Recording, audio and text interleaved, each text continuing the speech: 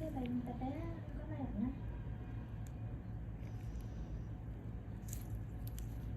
Bây giờ em chưa rồi, em chưa rồi. Đang bác ngủ cái chân lạnh.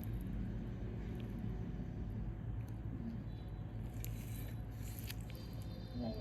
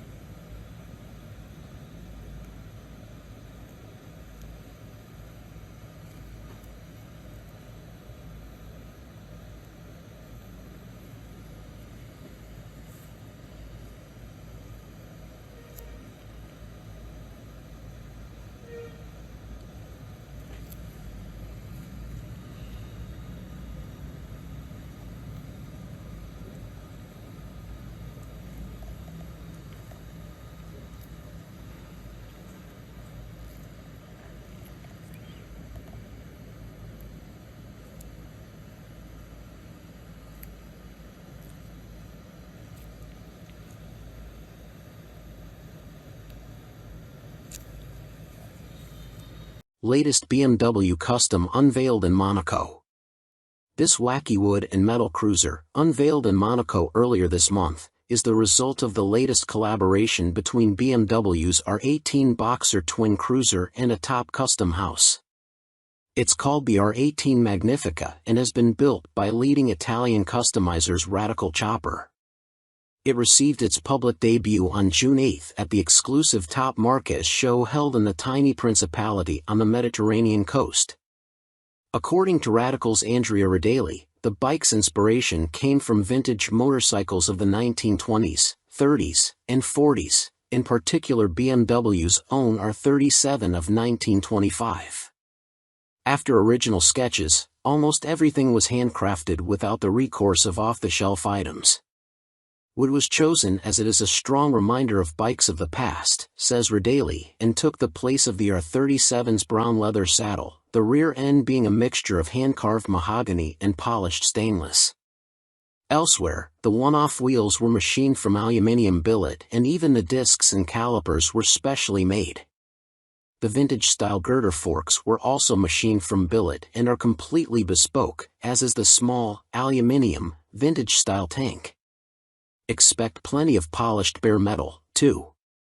Underneath, however, the donor R18 remains largely unchanged, including the air-cooled, shaft-drive 1802 cubic centimeters Boxer twin engine, electrical system and most of the dimensions. That said, it is nearly 100 kilograms lighter than the original and is said to remain just as rideable, not that we reckon it'll be used much on the commute. BMW have unveiled two new custom R18s at the Verona Motor Bike Expo that take the giant machine in polar opposite directions. The sport-inspired R18M from Italian magazine Low Ride, which was built by American Dreams, and the heritage touring-inspired R18 Aurora, created by Garage 221. Inspired by the streamlined aesthetic of BMW's M division, Low Ride focused on the chassis, suspension and bodywork, leaving the bike's running gear and electronics unchanged. BMW R18M by Low Ride seat. The original outline was drawn by Oberdan Betzi, famous for his concept sketches of new motorcycles. American Dreams stripped the bike, replacing the standard steel subframe with a new fiberglass unit that was built from scratch. The head covers and intake ducts were also chucked in favor of carbon fiber units built by specialists Carbon Italy. To match its new sporty styling, the exhaust was custom made by Exhaust Revolution, specifically creating a short and more compact unit that allows for greater lean angles. The shorter pipes also show off more of the BMW's open shaft drive. Final touches such as mirrors, grips and indicators come from aftermarket gurus, Rizoma. At the opposite end of the scale, BMW also unveiled the R18 Aurora, an homage to 1970s cruisers, including a striking batwing fairing. Interestingly, Garage 221 opted to use parts from classic BMWs to build the machine. BMW R18 Aurora right-hand side. The saddle is from a 2005 R1200C. The fairing supports came from a 1982 R100 while the rear frame elements are from a 1991 K75. The paint color of the bike references a 1982 R100 RT, even down to the graphical elements. The rest of the parts, including mudguard supports, saddle frame and reg plate holder, are handmade. The pipes were built by Leo Vince, with special attention paid to creating a fuller sound while the design was chosen to give a muscular appearance to the middle of the bike. Even the oil cooler grille was inspired by a 1960s BMW car. It was a lot of hard work, but the result is truly stunning, says Pier Francesco from Garage 221. The textured paintwork of the cylinder head covers, the injection housings, the central crankcase and our oil cooler grille make everything look homogeneous, creating a unique effect. BMW's R18 Cruiser turned into tasty cafe racer in tie-up with Japanese Custom King. This sport endurance version of BMW's R18 Cruiser is the latest one-off custom to be made out of collaboration between the German firm and some of the world's leading bike builders. Called The Wall, German for whale. It's been built by Japanese customizer Shinya Kimura and is the third product of what BMW calls its Soulfuel series, following previous custom R18s built in collaboration with Roland Sands and Dirk Oellerking. Kimura is famous for his low-slung customs and cafe racers and has also collaborated with Yamaha on their Dark Custom series and even had bikes featured in movies such as Iron Man. BMW R18 wall under construction. His take on the R18 features an all-new, longer, larger one-off fuel tank, a half-race fairing with two asymmetrically arranged headlights designed to look like eyes and some fin teeth below. There's also an elongated seat hump and custom-made seat pad. The exhaust is standard, but painted black. Kimura said, "When I rode the production R18, I thought it might suit my build and riding preferences better if I designed it to be a little more front-facing with a fairing. I also wanted to be able to ride for long distances while feeling and enjoying the legendary Boxer engine. The bike is wild and has almost inexhaustible power on the one hand, yet is completely good-natured on the other, just like a whale, hence the name." BMW R18 gets the works, customized Boxer on sale now from German builder. This uber-cool customized BMW R18 is the latest from celebrated German bike builder Markus Walls, who's now making replicas of the bike that you can buy, for just under £30,000. Ex-racer Walls is one of the biggest names in German customizing via his vast Wallswork business based in Hockenheim and also for his Walls hardcore machines. He's been building bikes for over 30 years, produces a range of BMW kits for the likes of the R9T and K100 as well as one-off custom machines, and this newcomer, based on BMW's all-new, 1,800 cubic centimeters R18 Cruiser, is his latest creation. BMW R18 Wallswork engine. Potential customers can either buy a ready-made bike, Walls has a stock of brand new R18s ready for conversion, or supply their own. The base model features a Wallswork bobber seat, front and rear fenders, exhaust, side mount number plate, black headlamp, pegs and fuel cap, special mirrors and German-style bar and indicators, plus special engine and numbered plaques. This costs €32,990, £28,225, or around £10,000 more than the standard R18.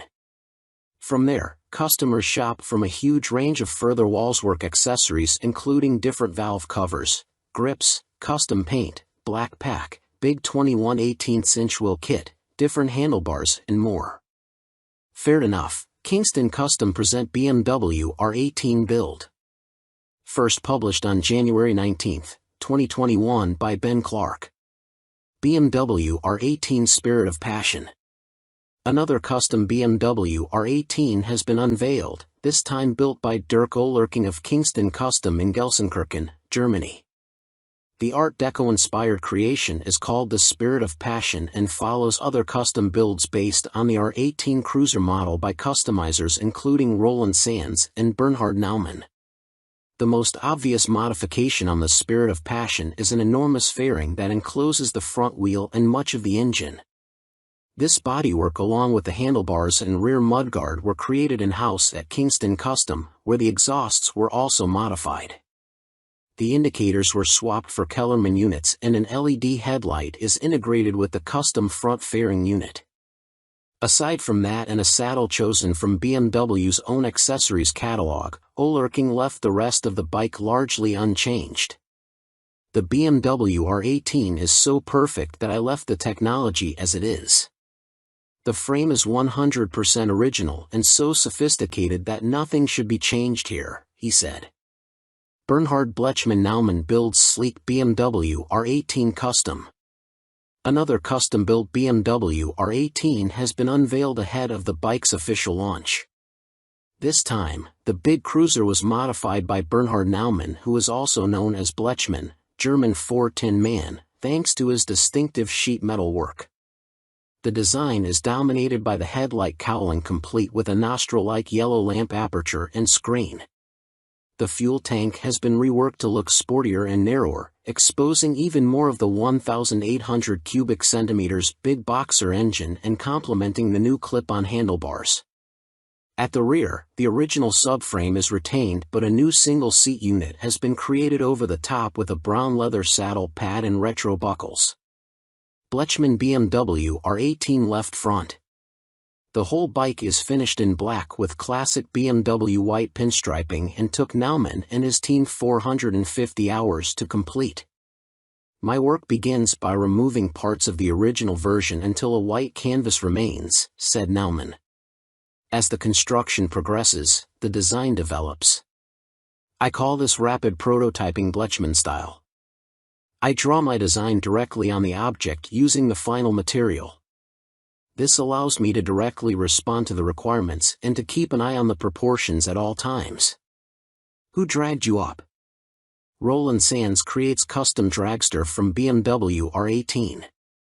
The latest custom designer to be given free rein with BMW's R18 Cruiser is Roland Sands, and this muscle car-inspired dragster is the result. With a pared-down design that makes a showpiece of the 1802 cubic centimeters big boxer engine at its heart, the dragster transforms the R18 from laid-back cruiser to mean-looking, nitrous oxide-breathing straight liner. Starting from the front, the forks are taken from an R9T and paired with the brakes from an S1000RR. The fuel tank is retained from the donor bike, albeit with a custom, pinstriped paint job, and the exhausts are replaced with twin stainless megaphone pipes. From the engine backwards, the modifications become even more extreme. The frame has been heavily modified to do away with rear suspension, a new custom seat has been fitted and drag bike foot pegs have been added just in front of the rear spindle. BMW R18 dragster profile. With an engine that's so visibly the centerpiece, I immediately thought of muscle cars, said Roland Sands of the creation. My family has always been into going fast and my dad was a drag racer, so I thought it made sense to strip the bike down to the essentials and shape it to go fast on a straight track. A drag bike is only as good as its engine, and so Sands and team set about finding ways to pep up the R18's 89 brake horsepower powerplant. The electronics were definitely the most difficult task we had to deal with as we put in nitrous oxide, stripped out the stock exhaust and changed the intake drastically. It was a bit of an experiment, but we dialed it in. The dragster features a host of bits from BMW's milled parts design collection. The levers, wheels, valve covers, breastplate, headlight and gauges all come from the R18's two-tone black extras catalog. The front and rear fenders, though, were modified from stock to retain the bike's silhouette. Sands added, "We always want to understand the genre of the bike we are building in, it's the key to keeping it authentic and functional." Revival Birdcage custom hints at new BMW Boxer Cruiser. If you thought the air-cooled BMW Boxer engine was destined to eke out its final days powering the existing R9T range of heritage offerings, with no chance of further development in the face of ever-toughening emissions regulations, think again. Hiding in plain sight on a radical custom creation unveiled in Yokohama, Japan, at the end of 2018 was an all-new air-cooled BMW engine, supplied direct from BMW Motorrad in Germany to be the heart of this custom works-on crazy special build. This was no R9T derivative, it was an all-new engine, and the R18 name carried on the original bike's tailpiece, as well as the huge physical size of the crankcases and heads, suggested this could be an 1,800 cubic centimeters boxer twin built to directly attack Harley-Davidson and Indian's dominance of the big-capacity airhead market on their home soil. Now, around 4 months later, a second custom machine has been revealed featuring the same large-capacity boxer engine, with Vice President of Sales and Marketing, Timo Resch, revealing in a statement that BMW Motorrad will present a series production motorcycle with the big boxer for the cruiser segment in the course of 2020. The Birdcage features a large-capacity boxer twin. Known as the Revival Birdcage, the bike was created by American custom house Revival Cycles and was revealed for the first time last Thursday evening at the Hand Built Show in Austin, Texas. Resch then went on to say, naturally we want to keep growing. One step we will take to do so, certainly in the US market, is to enter the cruiser segment. BMW Motorrad is consistently pursuing its growth strategy with the clear aim of becoming the number one in the premium big bike segment. Inspired by German motorcycle racer Ernst Henni's record-setting machines from the late 1920s and early 1930s, the Birdcage uses a titanium frame, designed to give maximum exposure to the big boxer engine. Alongside this, many of the parts, including the handlebars, footrests and carbon suspension components were all individually crafted, to create an additional layer of exclusivity. The entire build took around 5 months to complete. Speaking about the project, head of Revival Cycles, Alan Stolberg, said, "The frame came together very well in the end and we are very pleased with the result, as it accomplished the goal of being nearly transparent. We wanted to focus attention on the engine and that is precisely what we achieved with this completely unique frame we designed. You can easily view the engine and the drivetrain from all angles," Stolberg added.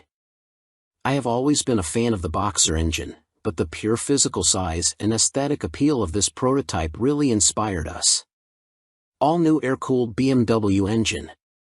BMW say the engine is still in the prototype stage, and that the external geometry and visible elements such as the push rods running above the cylinders and chrome-plated protection ducts recall BMW Motorrad Boxer engines that were built until the late 1960s, but with an evidently larger capacity and a modern air/oil cooling.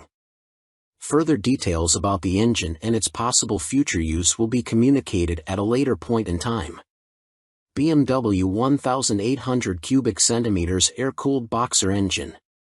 BMW have long been looking at options for a serious large-capacity air-cooled platform to help them break into the lucrative American V-twin market, even experimenting with an upright W3-cylinder configuration to solve the feet-forward issues caused by the Boxer's head position.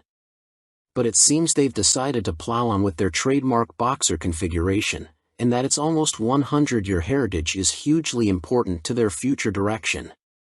The new engine reverts to pushrods, finned heads, massive domed crankcases that look to house a huge flywheel, and distinctly 1920s/30s styling cues.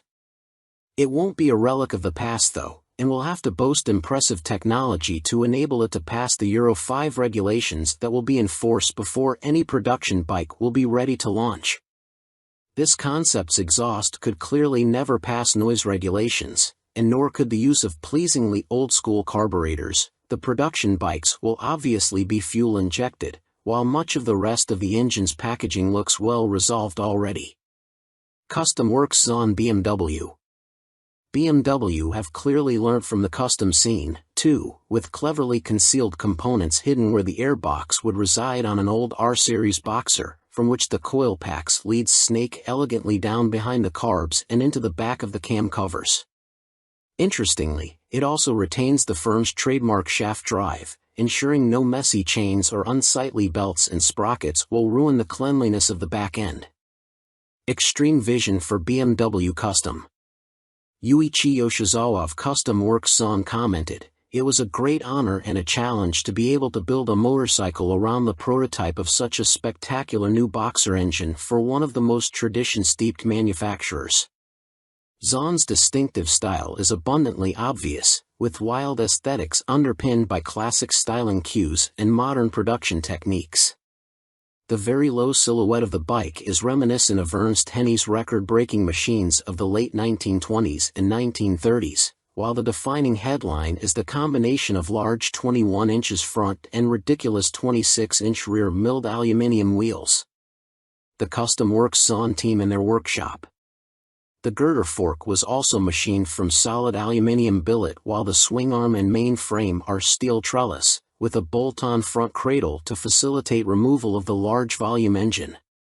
The fuel tank, seat unit and front trim are handcrafted from sheet metal. There's no word from BMW about further concepts, or the new R18 engine's debut in a production model, but we'd expect to see more of the former soon, and for an official BMW concept to appear in late 2019, followed by the unveil of a production bike the following year. Welcome to EC Motor Reviews channel. Aprilia Tuono 660 Factory, 2022 on review. At a smidge off 99 brake horsepower, it's no super naked powerhouse, and its chassis and electronics hardly reinvent the wheel. However, tipping the scales at a claimed 181 kilograms wet and suspended by quality fully adjustable KYB forks and a Sachs monoshock, it slices from one corner to the next like scissors through wrapping paper. It won't rip your arms off like its V4 Tuono older siblings, but it's playful and predictable, making it a thoroughly enjoyable road bike from the off. Anyone that thinks you need a billion horses and the latest semi-active doodads to have a brilliant time on the road needs to ride a 660 Factory. Building on the already capable base spec 9,700 pounds Tuono 660, the Factory also gets an IMU as standard for lean-sensitive electronics, plus a claimed 2 kilograms reduction in weight, and a smidge under 5 extra horsepowers, taking it out of the realms of an 8.2 license holder and closer to more powerful rivals like the Yamaha MT-09. Tipping in with the slightest press of the wide upright bars, the superb Pirelli Diablo Rosso Corsa 2 tires heat quickly to provide wonderful front-end feel at speed, and there's never any intrusion from the lean-sensitive ABS. Although you're unlikely to notice the extra power over the standard bike, the parallel twin engine provides enough poke to live up to its factory badges, without feeling overwhelming on the public roads. Out go the standard Tuono 660's rebound and preload adjustable suspension components, and in comes a pair of fully adjustable 41mm KYB forks and a Sachs rear shock. Not only more adjustable than the base bike, the new kit works brilliantly with the Pirelli Diablo Rosso Corsa 2 tires, providing a composed ride that allows you to fully exploit its twin-cylinder engine without tying yourself in knots. There's no aggressive head shaking through the bars or squatting at the rear under acceleration, an issue sometimes found on its fully fair RS 660 sibling, giving you the confidence to push on after a handful of miles in the saddle. Granted, it can be a little crashy over serious dents in the tarmac, but to cater to those would be to the detriment of its sporting prowess. On top of the handling, Aprilia also say the Factory has been on a diet, dropping around 2 kilograms for a claimed curb weight of 181 kilograms, making it one of the lightest in class and helping to offset its lack of power when compared to the similarly priced 117 brake horsepower Yamaha MT-09 and 114 brake horsepower KTM 890 Duke. Without riding it back-to-back with the standard Tuono, I'd be lying if I said I could tell the weight difference, but it does feel incredibly nimble between your legs, flicking from left to right almost telepathically as you push against the wide upright bars. It's also a doddle to move around and easy to hold on one foot, making it more accessible to a wider range or riders. The Factory gets a claimed extra 4.9 brake horsepower, taking it a step closer to rivals like the 9,400-pound Yamaha MT-09 and taking it out of the realms of 8.2 license compliance. Much like the weight saving, it's difficult to say just how much effect the boost has had, but in isolation it shines as a tractable unit that encourages you to chase the revs far into the red. It really is a cracking motor that remains engaging well past the honeymoon stage, something I can vouch for after spending 2021 with an RS 660 in the garage, which shares the same base unit. Although torque remains the same, the Factory drops of tooth on the front sprocket for more urgency, yowling back at you like a wannabe V4 as wind the throttle to the stop for maximum road-going thrills, without fear of losing your license. Being a new bike, it's hard to predict quite how the Aprilia Tuono 660 Factory will fare long-term. However, having lived with an RS 660 for a year, I am confident in saying it will stand the test of time. After all, the Factory shares much of the same components as the RS, and all I had to do all year with that was adjust the chain twice. That said, it did suffer with thin paint around the matte petrol tank. The Tuono is gloss, and sprang a tiny oil weep at around 6,000 miles that was easily rectified back at Aprilia HQ. What's more, owners' reviews of the standard Tuono 660 score the bike an average 4.3 out of 5 stars for reliability and build quality, scoring the bike down for some finishes and fasteners. Welcome to EC Motor Reviews channel. ARC Vector, 2022 on review. ARC founder Mark Trueman designed the Vector while working at Jaguar Land Rover, and he's a dyed-in-the-wool bike nut who's raced everything from motocross, Suzuki RGV 250S, and Yamaha FCR 400 SPs in a previous life. ARC also work with the automotive industry using their know-how to develop their EV projects. They have had a difficult start to life. A major investor pulled out, causing the company to go into receivership in 2019 before production started, and if it wasn't for Trueman plowing his own money in to realize his dream a year later, they wouldn't be here now. But now the future looks brighter, and the first Vector rolled off the production line on September 2022, ready to be shipped off to a customer in the US. ARC have bravely gone for two unconventional technologies for its maiden motorcycle project at once: battery power and hub center steering. The benefits of its funny front end will be felt at very fast road or track speeds, but it robs the Vector's front end of some feel. Its huge battery pack makes this a very heavy machine for its size and can be unwieldy at walking pace, but the acceleration, speed and smoothness it delivers is outstanding. Shed some weight and wrap this powertrain in a cheaper, more conventional chassis for the masses, and the ARC shows how bright our electric sports bike future could be. The Vector's frame is actually a 3-piece carbon fiber box that contains the 399V battery pack and the mountings for the steering assembly, front swing arm, electric motor and self-supporting seat unit. Carbon front mudguard and rear hugger are structural components, and the rear swing arm bolts to the back of the engine. Carbon BST wheels are shod with Pirelli Diablo Rosso for Corsa rubber. Bimotostyle hub center steering has its swing arm pivot below the front spindle line. It promotes an element of dive and reduces the wheelbase on the brakes, like a telescopic fork setup, to help the ARC turn.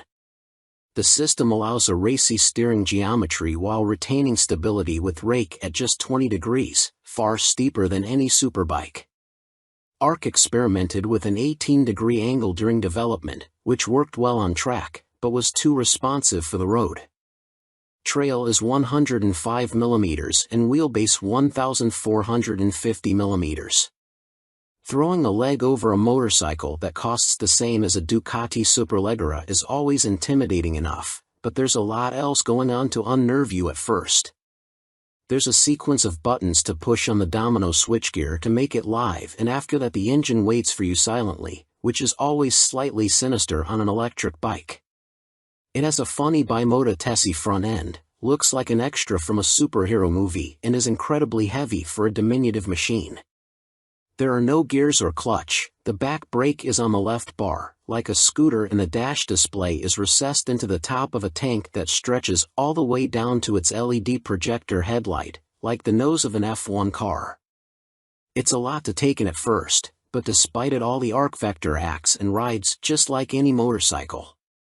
Each Vector will be tailored to the owner, from the seating and handlebar position to the manufacture of bespoke billet ollie foot pegs. This prototype's layout and general size is reminiscent of a naughty super sport bike, like a Honda CBR 600RR. It's compact and racy, but not particularly uncomfortable. Ride quality has the firmness of something like a Suzuki GSX or 1000R, again, not too extreme. What separates the Vector from its rivals, or any mass-produced petrol-powered sports bike, isn't just its stiff carbon monocoque chassis, but its hub center steering. Unlike telescopic forks, the ARC system separates braking forces from suspension movement. The Öhlins front shock only needs to deal with bumps, which lets the ARC turn sweetly, even with a big handful of Brembos.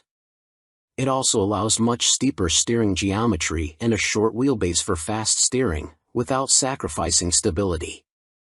At road speeds there are no tangible advantages to the ARC's hub center steering, but no big drawbacks either, aside from limited lock and a slight disconnect you feel through the bars with ultralight steering inputs. For the most part the Vector steers and handles conventionally, and thanks to its low front swingarm pivot position the dive it produces trail braking into a corner gives you feel. But when you let go of the brakes and tip in, the pressure you'd normally feel running up the forks, or even a BMW telelever set up, and into your hands as the tire digs in, disappears. It gives the sudden impression of running wide or losing grip. It's just a different sensation to learn to after a lifetime on forks, but it can be unnerving, especially on cold Michelin Power Cup 2 rubber fitted to this prototype. The front end would be easier to trust on a hot day, or on track where tires generate more heat lap on lap. ARC also say the production version will come on more road-biased Pirelli Diablo Rosso 4 rubber, which solves the problem. Welcome to EC Motor Reviews channel. Mack Double Up, Brit firm introduces second single-cylinder model ahead of NEC public debut. British bike firm Mack Motorcycles have revealed the Rex, a second single-cylinder model, ahead of both bikes' public debut at this year's Motorcycle Live show. The upright machine shares the same tubular steel backbone frame, SWM produced 600 cubic centimeters motor and ancillaries as Mack's Ruby Cafe Racer, which MCN reported on in July. The 2022 NEC show from November 19th to 27th will be the first time the bikes will be seen by the public. It will be great just to get people's reaction to it, co-founder Ian Oliver said. It'll be interesting to see which one garners the most interest. When you get people who can relate to it and think, yes, that's what I was looking for, it makes you feel you're on the right lines. The single-seat Rex differs from the Ruby with raised, flatter bars for a comfier riding position. The tailpiece is also more relaxed, but the 760mm seat height remains the same on both models. Both the Rex and Ruby produce a claimed 52 brake horsepower from their 4-valve, fuel-injected motor. There's also a hydraulic clutch and 6-speed gearbox to feed power to the ground. The thumping single soundtrack is boosted by stainless steel twin-exit pipes produced by Italian firm, QD. Bikes will be assembled in Britain, with the body panels from both machines intended to be interchangeable with around an hour of fettling, meaning you could own one bike for a period of time, before switching, or run a half-and-half configuration.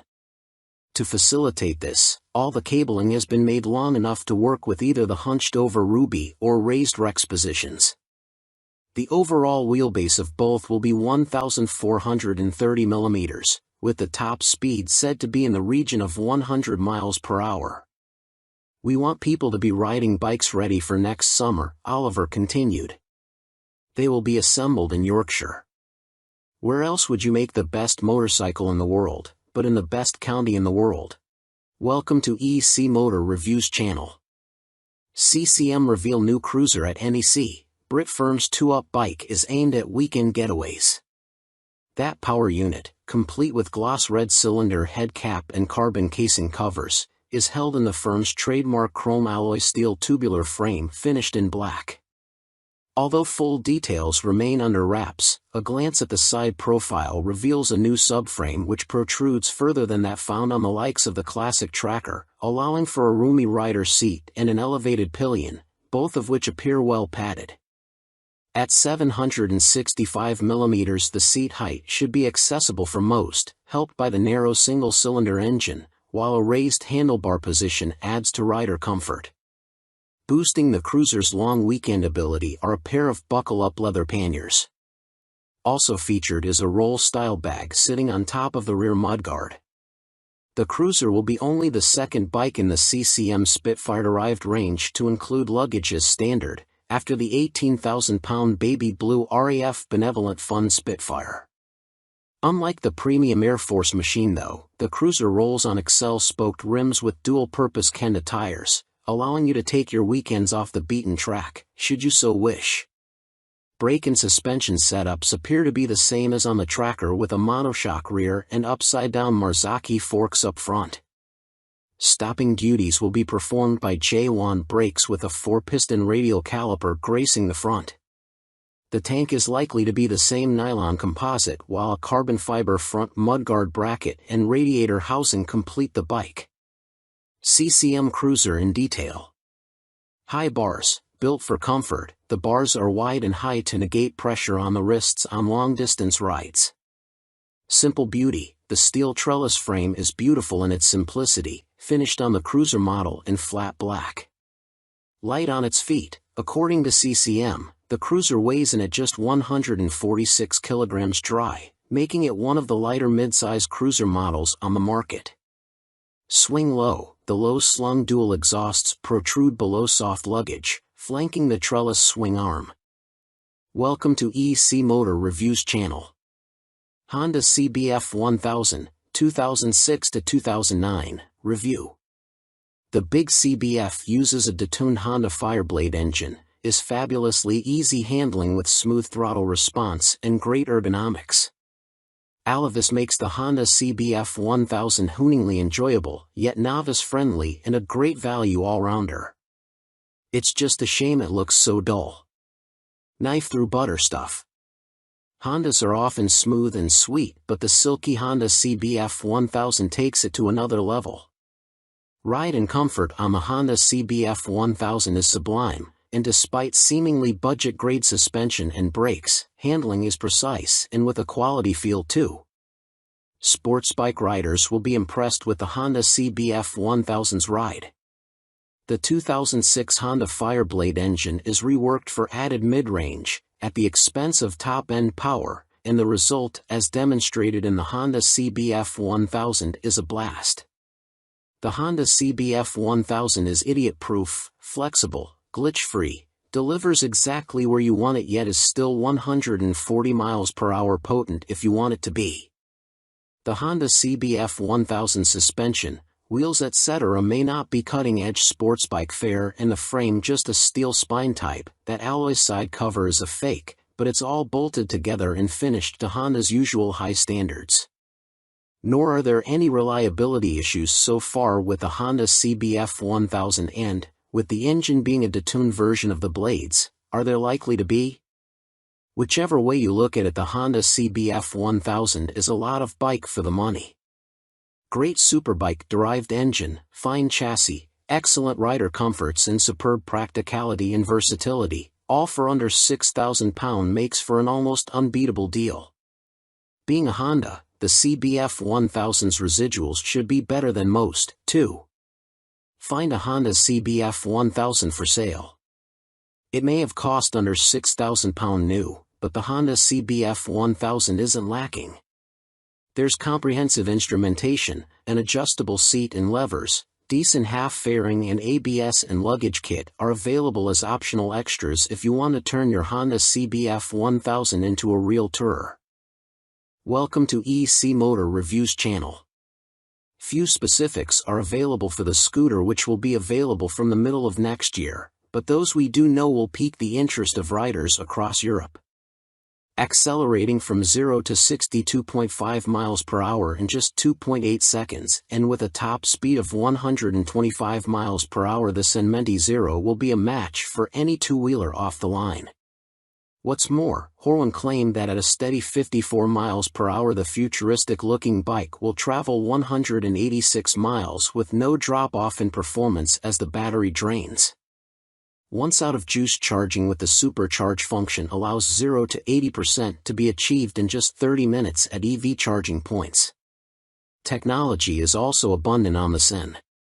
Those sensors also include ones to monitor tire pressure, ABS, assisted hill start and crash alert system, reverse assist, keyless start, driving modes, adaptable suspension, heated grips and a heated seat are also included.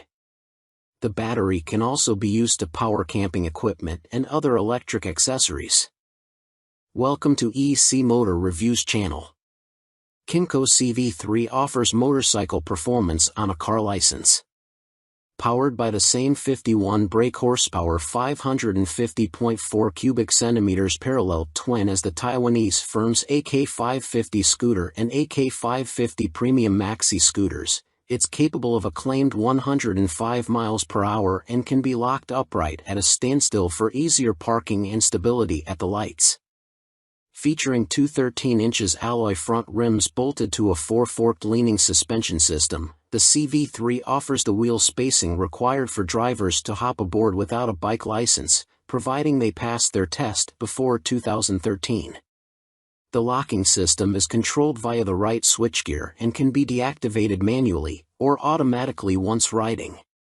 Once you are rolling, the CV3 is capable of a claimed 40 degrees of lean and also qualifies for London's Ultra-Low Emission Zone, ULEZ, regs. Going up against rivals such as the 11,500 pounds Piaggio MP3 Exclusive 530, the Kymco provides an alternative to public transport for commuting and is set to arrive in dealers at the start of 2023. The 265 kilograms, dry, twist-and-go machine features premium touches such as cruise control, keyless ignition, LED lighting and a 6-inch TFT dash, with an audible bleep sounding once the indicators are activated. You even get a progressive foot brake pedal that applies the anchors on all 3 ABS-equipped wheels. Ahead of its arrival in dealers, MCN grabbed the keys to a pre-production CV3 to sample it on the drizzly roads of Northamptonshire, alongside the 9,899 pounds AK550 it is based on. The wet weather gave an immediate appreciation for just how much protection you get from the elements. I spent the day in riding jeans, with no fear of wet legs thanks to its tall, broad nose and all-encompassing screen.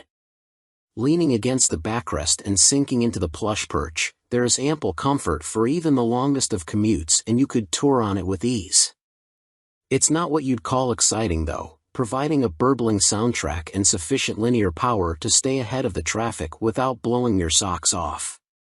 This is very much an appliance for covering big miles and dodging the traffic, but should still feel like a rocket to car drivers making the switch to 3 wheels. One thing motorcycle riders will notice is how slow the steering feels. It's planted and reassuring, but the CV3 is lazy on direction changes and makes the two-wheeled, 226 kilograms, dry, AK550 feel agile in comparison.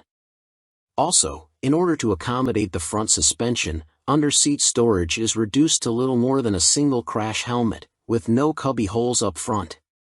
Given this is one of the key advantages of a scooter, it's a real negative. Taiwanese manufacturer Kymco unveiled 2 concept scooters at this week's Milan show, one of which has 3 wheels. Kymco are classing both bikes as adventure tourers, although there doesn't look to be that much potential for adventure with the small wheel size and road tires. The CV3 is the 3-wheel version, and looks like a mashup between a Piaggio MP3 and the new Yamaha Niken. Kymco revealed a teaser video for the models last month, and we believe both models will be powered by the same 550 cubic centimeters parallel twin engine used in the firm's AK550. Kymco haven't confirmed this, and now they expect the new models to have a power output greater than the AK550. Welcome to EC Motor Reviews channel. Morini poised for desert action, Italians hint at rugged new up-spec X-Cape Rally Edition. Appearing on the firm's stand splat with mud, the ADVR, are for racing, features visible upgrades over the road-going X-Cape. The 649 cubic centimeters parallel twin remains unchanged, but helping it breathe is an SC Project Racing exhaust system that should add a few ponies to the existing 60 brake horsepower at 8250 RPM. Appearing on the firm's stand splat with mud, the ADVR, are for racing, features visible upgrades over the road-going X-Cape. The 649 cubic centimeters parallel twin remains unchanged, but helping it breathe is an SC Project Racing exhaust system that should add a few ponies to the existing 60 brake horsepower at 8250 RPM. For added off-road protection, the engine is cradled by a steel tubular crash bar that is available as an optional extra on the X-Cape and bolts onto the same steel trellis. Unlike the standard black add-on, the ADVR features a silver version to complement the silver, black, gold and white livery. Additional extras include a full aluminium sump guard, a €200 extra on the basic model, plus hand and lever guards and an aluminium radiator screen to help keep the bike protected on rutted lanes. An Öhlins shock with a remote preload adjuster damps the rear, while the original 50mm fork tubes appear to remain unchanged. Elsewhere, front brake shrouds protect the dual discs, which again look unchanged from the base model. Gold wheels adorn the ADVR with a 19 inches front and 17 inches rear, providing off-road capability, with Metzeler Karoo 3s replacing the original Pirelli Scorpion Rally STRs. Stylistically, there are benefits from a slightly more aggressive look at the rear to accommodate the raised off-road seat, which may be a problem for shorter riders as the standard model already measures up at 845mm. Moto Morini X-Cape ADVR rear shock adjuster. Should it make production, the ADVRS trail-focused extras should make it a contender. The X-Cape retails for £7,000 as standard, considerably less than a Yamaha Tenere 700. The racing model would go up against Yamaha's £11,800 World Raid Edition. Moto Morini X-Cape ADVR in detail. Rally Raider, the ADVR enters a popular segment of the market, with more riders opting for lighter, more manageable adventure bikes for on- and off-road adventures. Hit the trails. The bike is based on the X-Cape, which features a decent 18-liter fuel tank as standard, plenty of juice for getting off the beaten track. Added adjustment, an Öhlins rear shock with remote adjuster replaces the standard KYB preload adjustable monoshock. Make some noise. The full SC Project exhaust will unlock a better soundtrack, but it's not road legal and unlikely to feature on any production models. In safe hands, the reinforced handguards will protect your fingers from knocks against branches when riding off-road. Welcome to EC Motor Reviews channel. Norton Commando 961, 2023 on review. However, the modern interpretation never quite hit its mark. Factor in all the other well-documented issues surrounding the British firm during the Stuart Garner era, and the Commando name lost some of its appeal. But now it's back. With huge investment from Indian owners TVS and a posh factory to play with, revitalized Norton have launched a re-engineered and revised Commando 961. With strict new quality processes in place, they hope the latest version makes the famous name desirable again. And it does. The Commando experience is now what you expect of a traditional British parallel twin, but without all the niggles and worries that came with the previous version. It doesn't just ride better but is nicer built too. Even the quality of fasteners and little brackets is better than before. The previous version gave the impression it was assembled using whatever nuts and bolts were to hand. Whether it's worth the best bit of 17 grand depends on your perspective. Compared to Triumph's similar-looking Thruxton RS, the new Commando costs £3,000 more yet has less power, a much lower equipment level and, I suspect, less outright handling potential. However, where the Triumph feels like a modern mass-produced bike with period style, the Norton gives a genuine sense of a connection to its famous ancestors. With its thudding power, engaging feel, handmade frame, classy anodized aluminium yokes and hand-polished exhausts, the Commando is different. Indifferent in a good way. Norton have revised the frame. Oil for the dry-sump engine is carried in a tank in the frame, near the steering head, and they discovered that there was a chance of cracks during their thorough testing of the inherited design. So, the materials and design have been altered to improve the frame's strength. The steel tube frame is otherwise unchanged, and uses the same geometry, rake, trail, wheelbase, seat height, as before. Easy and predictable handling was one of the Commando's plus points, so there was no point making changes for the sake of it. With its racy geometry, fully adjustable Öhlins suspension and Dunlop Sportmax tires, the Commando certainly handles. There are faster turning machines, but the Norton's steering is light, it's agile on tight B-road roads, and rolls confidently into fast A-road sweeps. Suspension is on the firm side of comfortable. However, hit larger bumps or push on a bit and the damping quality makes itself felt, and there's plenty of feedback, especially on the head-down CR version. With chunky vibes from the motor, booming pipes and contact through the round foot pegs, the 961 is an engaging place to be. It's an all-Brembo brake setup and works well, if not having standout power. There's straightforward ABS. Engine. It's the same 961 cubic centimeters parallel twin as before, complete with pushrods, 2 valves per cylinder, air cooling and the other features expected of a traditional British motor. It looks the same, sounds the same, but makes a bit less claimed power, 77 brake horsepower at 7250 RPM, against the previous 80 brake horsepower.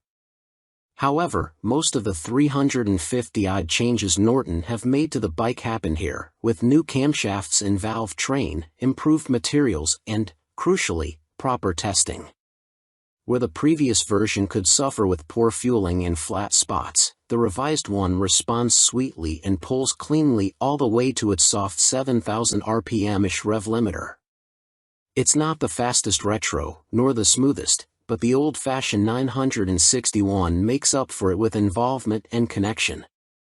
Bikes at the launch were only just run in and so the transmissions were a little stiff, but the 5-speed gearbox shifts easily enough, and has a linkage that doesn't bend, as it could before. High-class chassis components? Yes. Handmade frame and exhausts? Yes. Lovingly finished surfaces and tip-top presentation? Yup, all of that. There's no question that the Commando is screwed together well. Any worries about half-arsed production lingering from the firm's previous incarnation can be discarded. It's not entirely high class. The ignition key and barrel look and feel a little cheapo, and one of the launch bikes jettison the headlight switch. The engine also needs a bit of throttle to start when it's warm. However, overall the Commando supports all of Norton's claims about investment and high standards. Safe buy? I reckon so. There are two versions of the Commando, the SP, Sport, £16,499, with upright handlebars, and the CR, Cafe Racer, £16,999, with TG-welded aluminium clip-ons and a stainless steel headlight that's discreetly different. The lower bars on the CR do more than altering the riding position, the difference in weight distribution changing how the Commando feels and responds. Both are available in Matrix Black or Manx Platinum, with the black CR having a black wheel rim option as well. The engine isn't Euro 5 and so bikes go through Individual Vehicle Approval, IVA, previously known as SVA. £16,500 is obviously a lot of money. Triumph's excellent Thruxton RS basically does the same job as the Commando, only with more power and far more equipment, but is $3,000 cheaper. Or you could buy a Speed Twin 900 or Moto Guzzi V7 and get the same sort of performance as the Norton for half the price. The Commando 961 isn't doing the same thing, though. Where the Triumphs feel like modern mass-produced bikes with period styling, the Commando supplies a richer experience and more sensations, and you're paying for all the handmade loveliness. You're also likely to have rock-solid residuals with the Norton. The Commando is old school. You get ABS and, well, that's it as far as modern technology and widgets go. Unlike rival bikes from Triumph and Moto Guzzi which feature modes, traction control, connectivity and more, the Commando keeps things old school. A small digital panel in the twin analog dials gives the option of odometer, trip, time or battery voltage. You'll have to recharge your smartphone somewhere else. Welcome to EC Motor Reviews channel. Moto Guzzi V100 Mandello, 2023 on review. But it's anything but a misty-eyed, two-wheeled reminisce. It's thoroughly modern with a tasteful color dash and lean-sensitive rider aids. Go for the £15,750 S model and you get extra goodies like semi-active Öhlins Smart EC 2.0 semi-active suspension and an up/down quick shifter, too. In terms of elegance and detailing, the Guzzi puts its sports touring rivals in the shade, but what is the competition? The Kawasaki Ninja 1000SX, Suzuki GSX-S 1000 GT, and BMW R1250 RS are obvious rivals, but in the flesh, it looks like a lowrider Yamaha Tracer 9, or Honda Northern Territory 1100. The Moto Guzzi's upright riding position even has shades of Aprilia Tuono V4 about it, which is no surprise as they're both developed by Piaggio at their Noali factory near Venice. Technically the Mandello is a different beast to any previous Guzzi. Not only is it fitted with electronics that wouldn't look out of place on a superbike and a new engine, it's also the first production bike to have adaptive aerodynamics, although their effect is minimal. Flappy wings aside, Moto Guzzi has created a tasteful sports tourer that's neither bland nor shouty and offers the perfect mix of comfort, sportiness, tech and character. It's pricey, but the V100 Mandello is well made with great attention to detail and feels like a machine that's come from the heart rather than just a model produced to fill a gap in a model range. It's like nothing else around, which is all part of its appeal, and you never get the sense, either by riding or looking at it, that any corners were cut during its journey from design sketch to showroom floor. Although the Mandello might look chunky in pictures with its bold styling, larger-than-life powertrain and chunky exhausts, it sits surprising low. Shorter riders will feel immediately confident being able to get feet flat on the floor, and if the standard 815mm seat height is still too lofty, there's a low accessory seat available. The riding position itself is nigh on perfect. Pegs are sporty without cramping knees, even for 6-footers like me. A higher accessory seat is available for even more legroom, and its tall bars are placed naturally towards the rider so there's no awkward stretch or excess pressure on your wrists. The seat is comfy and scalloped at the rear to hold you in under acceleration. The screen offers decent wind protection, and with its injection system inside the V of the engine, now that the cylinder heads have been turned round 90 degrees, there's lots more knee room. Ride quality on this semi-active Olanes-clad S model is as plush or sporty as you want it to be, depending on the riding mode you choose, and there's a handy remote rear preload adjuster to twiddle for carrying heavy loads. With its shorter engine, the Mandello is sportier and more agile than previous Guzzis, and thanks to its long swing arm and low pivot point, there's little up/down shaft drive pitching on and off the throttle. Yes, you can feel the back end rise and fall when you ride aggressively, but like the engine's rocking, it's a slight movement and a sensation that quickly melts into the background.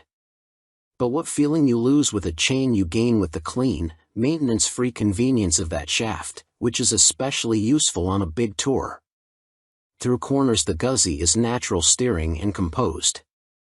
Damp roads stop us from pushing on, but the Mandello is always reassuring thanks to the grip of Pirelli's superb Angel GT Sports Touring rubber, now with a fatter 190/55x17 rear, and the knowledge the lean-sensitive traction control and ABS will quickly step in, just in case. Its brakes deserve a special mention, too. Brembo M432 calipers are incredibly powerful and tactile, something sadly missing from most ABS setups nowadays. Welcome to EC Motor Reviews channel. Piaggio Vespa GTS 300, 2022 on review. Since then it's been through a number of engine offerings and additional features, and it's almost 2 decades on the road, culminating in this GTS 300 SuperTech, which is the most advanced version yet. The styling has been tweaked sensitively to retain traditional cues while adding a modicum of modernity, and I reckon they've pulled that off brilliantly. We're riding it in the city, its handling was honed, and it's clear they're pleased as punch with their product, because some of Rome's poorer road surfaces make the UK's worst look like a pool table. And that's saying something. This is a major improvement on the previous bike. The front suspension has been redesigned with an additional pull rod, which helps tame the bouncing of the 12-inch wheel over rough roads. It makes the bike pliant and predictable over cobbled streets and potholes in a way other scooters can struggle with. Braking has been breathed on, with Brembo providing both master cylinders along with the rear caliper, and Nissan supplying the front. The levers themselves are angled further down for better comfort. We rode quickly and assertively for hours on end and finished thinking we could do it all again right away. The lever feel is progressive and positive, but will stop you rapidly given a good enough tug. Furthermore, this bike is pretty much the perfect partner for urban riding. Its steering is light and direct, but with loads of lock for rapid direction changes. It carves through traffic impressively well. Don't expect Panigale performance, but considering this bike's natural stomping ground, city centers packed with commuter traffic, the 300 HP motor is just the job. Mechanically, it's the same 278 cubic centimeters unit as introduced in 2019, albeit optimized for smoothness. Increased valve lift and a new multi-jet injector are controlled by the latest Magneti Marelli MIUG4 ECU, and additionally this allows the bike to be started with only 2 crankshaft revs, ideal for a quick getaway. It feels a little on the sluggish side when I first pull away, seemingly not as keen to rev as I'd like, but the elastic nature of the continuously variable transmission, CVT, didn't help there either. However, this Twist & Go is a seriously easy thing to ride, as well as sounding and feeling the part, although in my opinion a different Endkin would be a welcome addition to up the emotion a touch. Reliability and build quality. Next up, value. 4 out of 5. April 5th. A close inspection of the build quality of the bikes we rode in Rome reveals pleasingly high standards, which you'd expect given the premium positioning of the Vespa as Piaggio's upper-class scooters. The paint is rich and nicely applied, there aren't any ugly welds, and I couldn't spot anything of concern about the overall finish. Some of the switchgear on the bars did feel a little flimsy, though, leaving me wondering what it'd be like after a few years bustling through cities. Older Vespas also suffered with corrosion due to their pressed steel construction, but given this is a new model, time will tell whether this remains an issue. Try not to miss any services, either. The drive belts are known to fail if not regularly checked. Luckily, Vespa is offering fixed-price servicing to keep you covered. The level of kit on offer depends on the version of GTS 300 you're going for, but all get keyless ignition, a bike finder function that flashes the indicators when you press a button on the key, a glove box and storage under the seat. The Vespa MIA connectivity system is optional on Classic spec, and on the GTS Super, the main difference between these bikes is the colorways on offer, which are more traditional on the former and sportier on the latter. Moving up to GTS Super Sport means the MIA system is standard, while the GTS SuperTech gets the new TFT dashboard and carpet and lighting for the under-seat storage area.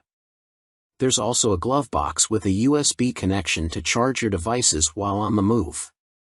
And on the subject of connectivity, download the Vespa app and you can connect your phone to this bike via Bluetooth. This will work with the optional Visor 3.0 lid, which has earphones and an intercom and will indeed fit under the seat.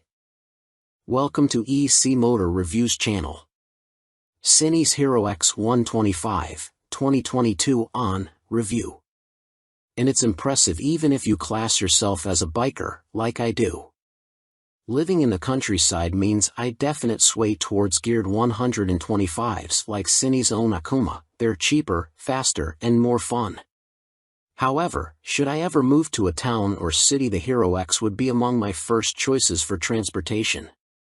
It offers so much practicality and usability on a daily basis, is easy to ride, has impressive quality for the price, and works out of town too. Scooters may not be to everyone's fancy, and that's okay, but for someone who previously held them in low regard, the Hero X has opened my eyes. Who wouldn't like all that storage? The Hero X is the easiest thing to ride in the world. Most of its weight is concentrated very low down, which can take a bit to get your head around if you're used to a bike. However, provided the speed is right, not too fast, the Hero's cornering is decent. It's nice and stable despite the small wheels, too. This said, the Hero X is obviously much better suited to an urban environment rather than the pothole-littered roads of rural England, where you can get a little thrown around riding at speed, part of which is because of the scooter riding position. With its low handlebars, they class it as a sports scooter. It gives great forward visibility, easy urban control, and is very comfortable, especially with the mattress of a seat that's parked on the rear. You could breeze over a landmine and hardly feel a bump with all the cushioning. The brakes pack a punch whether you're stopping for town center traffic or have been confronted by an angry badger. As is common with most scooters, the back brake acts as if you've been suddenly anchored to the ground. For a rider like myself who isn't used to such force, it's quite the shock, but for quick stop situations, I'm definitely not complaining. Beneath the layers of plastic